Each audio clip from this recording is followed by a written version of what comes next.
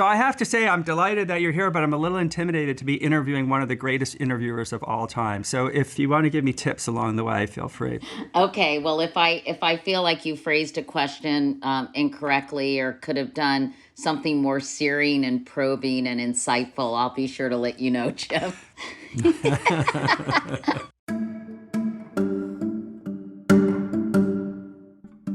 Hello, everyone. I'm Jim Ryan, president of the University of Virginia, and I'd like to welcome all of you to the premiere of our second season of Inside UVA. This podcast is a chance for me to speak with some of the amazing people that are part of the university community, which includes our alumni, and to learn more about what they do and who they are.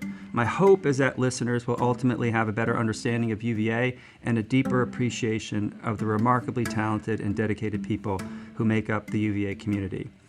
Today's guest truly needs no introduction, but per tradition, here goes. She is a journalist who, among other assignments, has been co-host of The Today Show, anchored the CBS Evening News, and was a correspondent for 60 Minutes. She's a producer, a pathbreaker, an author, a performer, a guest star in episodes of Glee, Sesame Street, Austin Powers, and Murphy Brown. Like myself, she was an American Studies major in college. She is a parent, wife, entrepreneur, genuine icon, and someone I am truly honored to call a friend. A daughter of the University of Virginia, the inimitable Katie Couric. Katie, Wow. Thanks so much for being here. That is some intro, Jim. Thank you. You read it just like I wrote it. So let's talk American Studies. How did you pick that major? You know, I think I've always been a pretty good writer. I've always gravitated towards words and language, and I love history, and I love reading. I think because my dad was a journalist, he really encouraged us to be good writers and good communicators. And I think I thought that American Studies would give me a broad liberal arts background from which I could, go into journalism. I wrote for the Cavalier Daily. During the summers, I was at UVA in Washington, D.C. I worked at different radio stations in their news departments. And so I just thought it would give me a broad background because I think early on I wanted to go into some kind of journalism. Right. So let's take a step back. You grew up in Virginia. Was it always UVA, or were you looking at other schools? Well, my sisters both went to Smith, and I think everyone kind of expected me to go to Smith. But I was sort of a little bit, I wouldn't say a goof off, but let's just say I got by on my charisma and charm, Jim. And so, anyway, but I applied to Smith, and I didn't even get waitlisted. I got rejected, and a thin envelope came in the mail, and I was heartbroken. And so UVA was not my first choice, but I'm so glad I went to UVA. It was a really good place for me.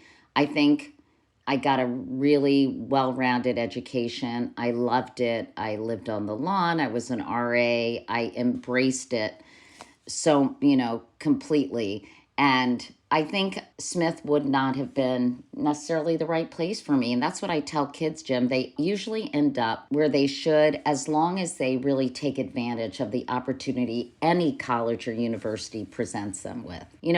Colleges are what you make of them, right? And it was also in state, and it was incredibly, economical. So if I'm hearing you correctly, you're saying you had a lifelong dream to go only to UVA, and that's the only school you considered, and lo and behold, you were here. So that is great to hear. You mentioned living on the lawn. You didn't just live on the lawn, you were the senior resident of the lawn, which is a pretty big deal. Any highlights from your time? Oh my God, that was so fun living on the lawn, except for walking down the path in your bathrobe with wet hair, with your bucket of shampoo and soap and stuff in the middle of winter with icicles forming on your hair. It was just really fun. We had a great group of people. It was so idyllic, to be able to have an American Studies seminar on the lawn, sitting on blankets, and there was something just so lovely and special and historic, and building a fire, and it was it was wonderful. It was a wonderful experience. Yeah, there's no place quite like it. So you mentioned journalism, which is obviously your career, and it sounds like you've been thinking about it for quite a while. And was that your dad's influence? I mean, did you come to college knowing that that's what you wanted to do? I mean, I thought it was something along those lines. I was interested in advertising too. And I remember going up to New York and I interviewed with all these places and they all told me to go to business school. Well, I wasn't super jazzed about that. And it was pouring rain. It was March. Mascara was running down my face. I had a cold. My umbrella was going upside down. I couldn't get a cab. It was a frigging nightmare. And I remember doing an interview, like my third or fourth interview, and this woman said that I should go to business school. I was feeling so defeated. I did what every prospective employee should do in a job interview. I started crying. And she said, "Dear, maybe you should consider getting a job closer to your parents." So advertising wasn't for me, obviously. And so I ended up going into journalism, which I did want to do because, as I mentioned, I had worked every summer, encouraged by my dad, as a summer intern at WAVA, which was all news radio in Washington. Then I worked at WASH in the news department, and then I worked at WMAL, WRQX. So I think I picked a career, Jim, that so fit with my skill set and my personality that's why I was ultimately successful. That and some, luck and good timing. Right. So what would you say was your big break? I think it was when Tim Russert, the late Tim Russert, Tim saw me covering Marion Barry when I was a local news reporter in Washington. And I think he thought I had a lot of pluck and moxie and, was sort of persistent. And he gave me a job. He offered me a job as the junior Pentagon correspondent working under Fred Francis. So that opened the door to the network news world. Right. And you've held a lot of incredible jobs. Do you have a favorite among them? Well, I think probably I was most suited to the Today Show because I think it satisfied my interest in sort of a whole panoply of subjects. I'm interested in pop culture, but I'm also, for all my quote unquote perkiness, I'm actually a pretty serious person and I care deeply about big issues. And so I think doing the Today Show was such a smorgasbord of topics. Well, it's like the American Studies version of journalism. Yeah, it is. And I also think, when I did that job, social media didn't exist. There were no iPhones. I did it from 1991 to 2006. And when people wanted to know what was going on in the world, they turned on their radio, they turned on their television, or they picked up the newspaper on their front steps.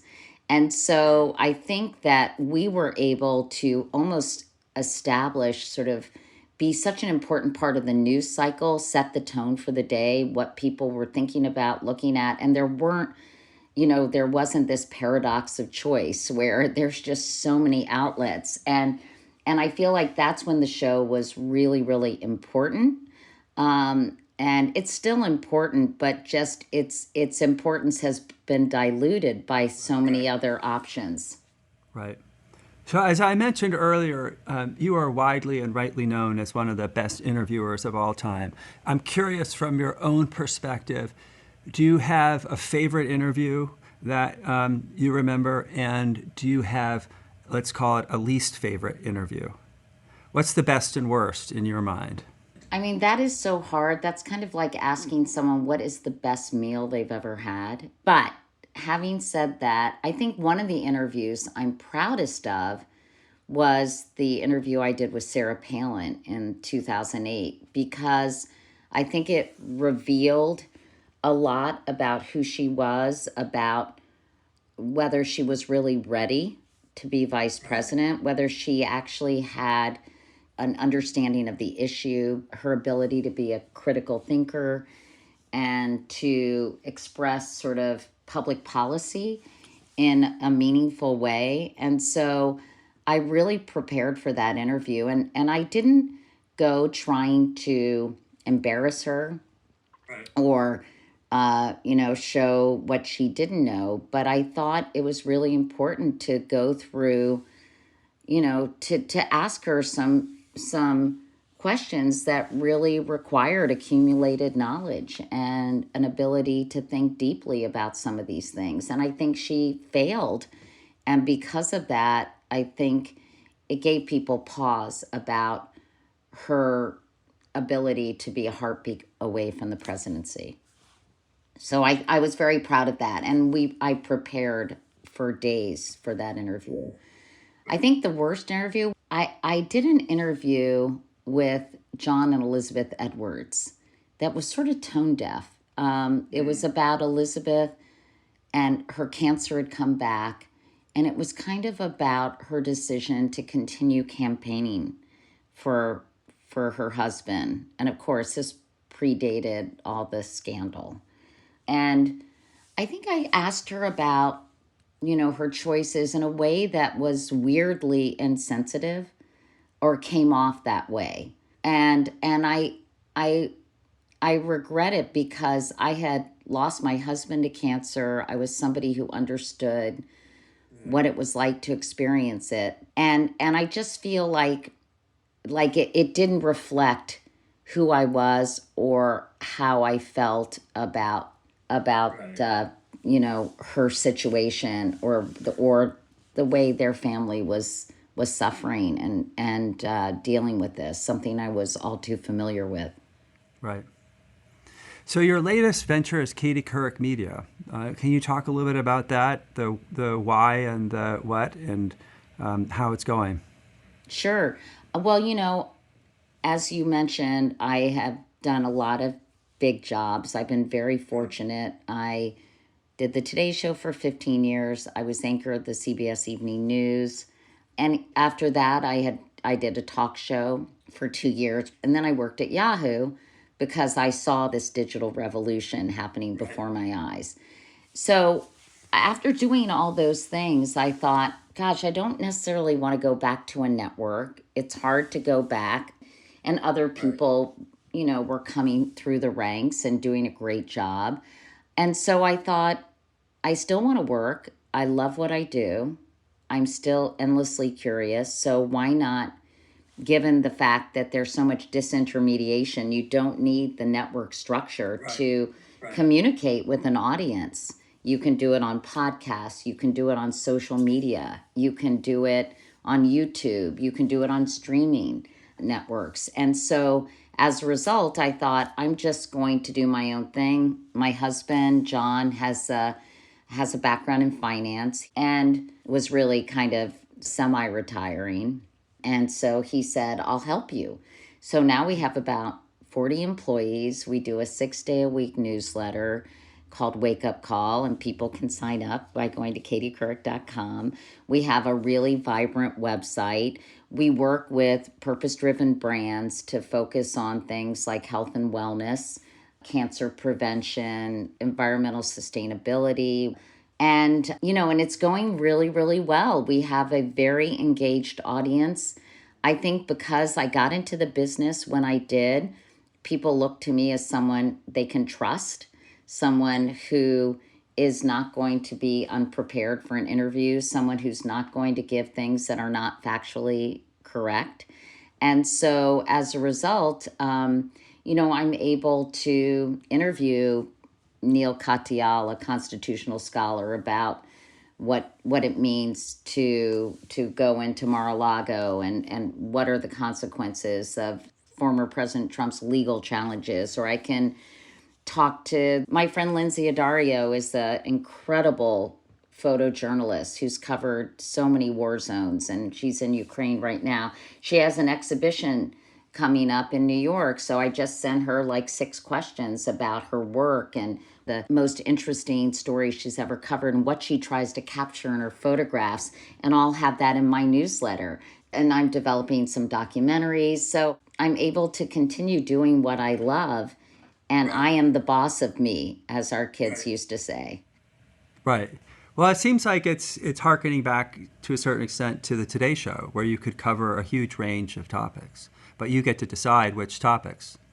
Yeah. I mean, I just can do anything. It's so fun. Right, right.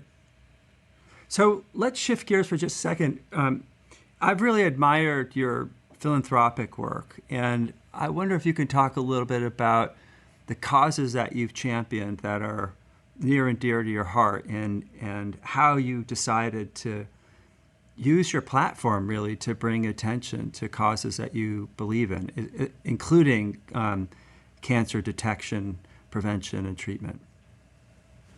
Well, I think most people who become intensely committed to a cause do so from personal experience. I remember early in my career, I was asked to MC, practically every event for every charity you could think of, and all incredibly important, worthy causes. But when my husband Jay died in 1998, when he was just 42, diagnosed in 1997, and after 9 months died of advanced colon cancer, I mean, it was devastating. And our daughters were 6 and 2, and it just made me realize that there was a huge vacuum of knowledge about this disease, about the fact that it was the number 2 cancer killer of men and women combined, the fact that it was highly preventable with proper screening, or even with a better understanding of the symptoms, because often when you have symptoms, it's advanced, and that's one of the scary things about this disease and about so many cancers, actually. So I think when this happened, it just became obvious that I would be focused on educating people and raising funds. I was so frustrated that the therapy that Jay was on had been used since the 1950s.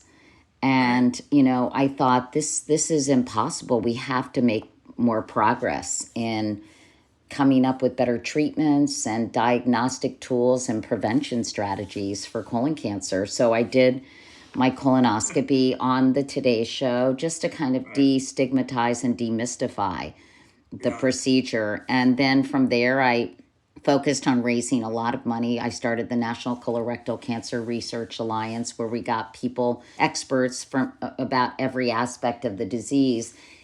And then, of course, when Emily died, my sister Emily, who became a state senator and was running for lieutenant governor of Virginia, and they're part of the Clinical Cancer Center at UVA is named after her. I'm just enormously proud of her and was so heartbroken, along with my family and so many of her constituents, when she died of pancreatic cancer when she was 54.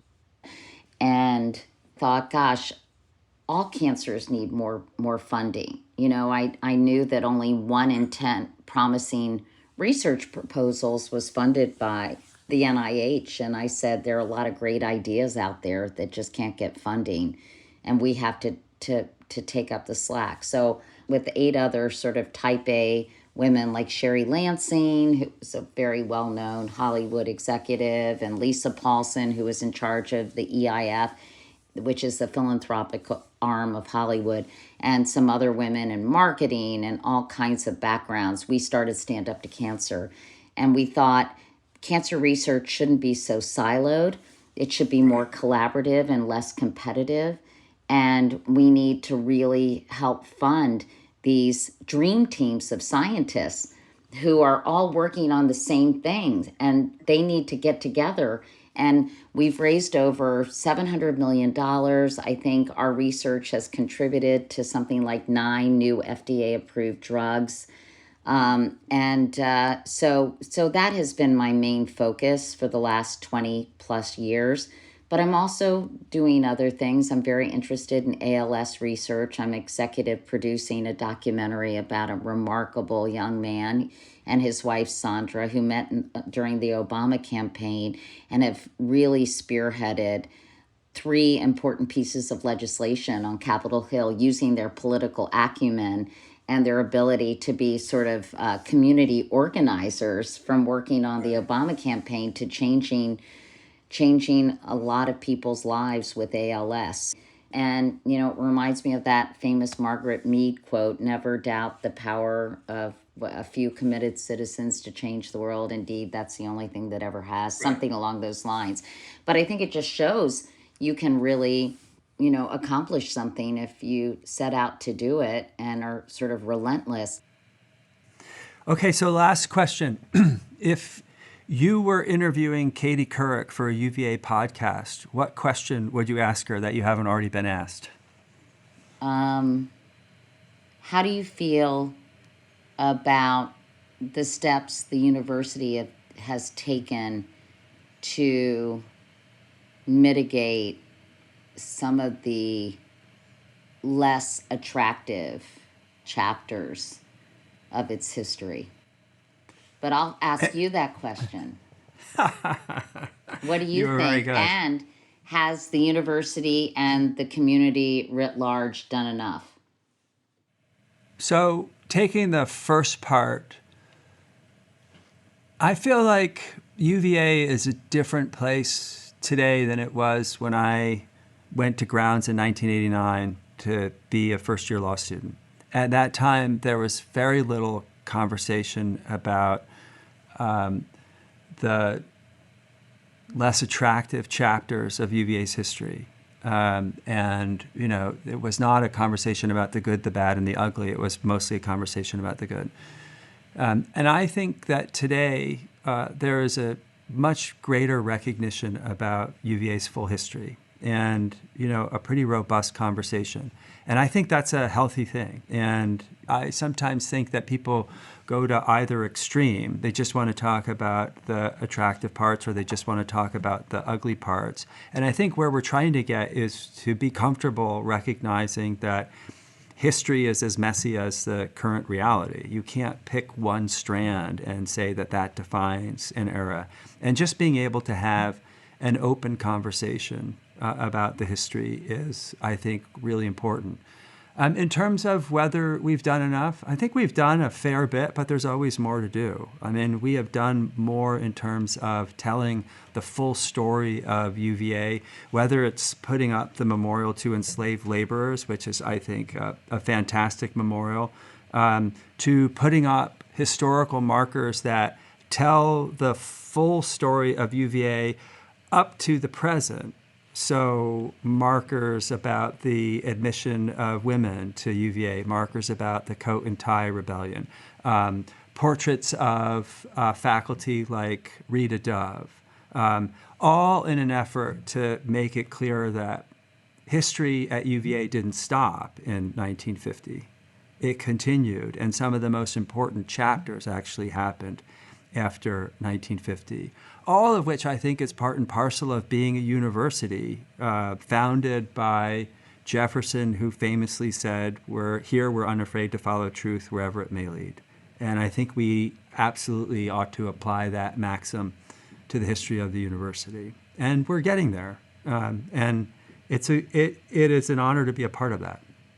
I'm developing a documentary series that I hope comes to fruition, which is really kind of unvarnished history in the ways Germany has done with the Holocaust and the way Rwanda has done with its civil war, to kind of help people face some of the things. And I really think it impedes progress when you mythologize history, and it also impedes being empathetic to groups that were oppressed and who weren't the people writing the history.